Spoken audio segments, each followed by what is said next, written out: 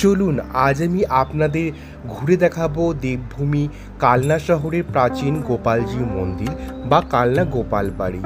Archaeological survey of ইন্ডিয়ার অধীনে রয়েছে এই গোপাল বাড়ি। মন্দিরের প্রবেশদ্বারে রয়েছে ছোট্ট দুটি শিব মন্দির, যেখানে রয়েছে ক্ষুদ্রাকৃতির শিবের বিগ্রহ।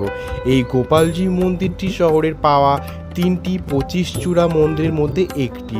এখানে চূড়াগুলি 3টি স্তরে বিস্তৃতভাবে সাজানো হয়েছে। নিম্ন স্তরে 12টি চূড়া, মধ্যস্তরে 8টি চূড়া, ওপরের স্তরে 4টি এবং একটি অতিরিক্ত কেন্দ্রীয় চূড়া রয়েছে।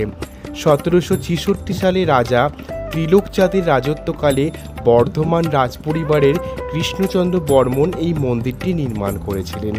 পুরো মন্দির জুড়ে রয়েছে টেরাকোটার কাজ, ঘোড়ায় চড়ে পুরুষদের শিকার, বাঘ, সৈন্য, হাতি নিয়ে মিছিল, বিভিন্ন ফুলের নকশা ও চিত্র রয়েছে।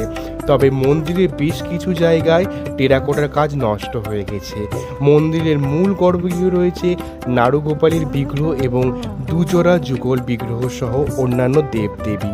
নিত্য পুজো হয় এই মন্দিরে, জন্মাষ্টমী হয় বহু ধুমধাম সমারোহে। যদি আপনি এই মন্দির পরিদর্শন করার পরিকল্পনা করেন, তাহলে আমি আপনাকে খুব ভোরে অথবা বিকেলে যাওয়ার পরামর্শ দিচ্ছি। যদি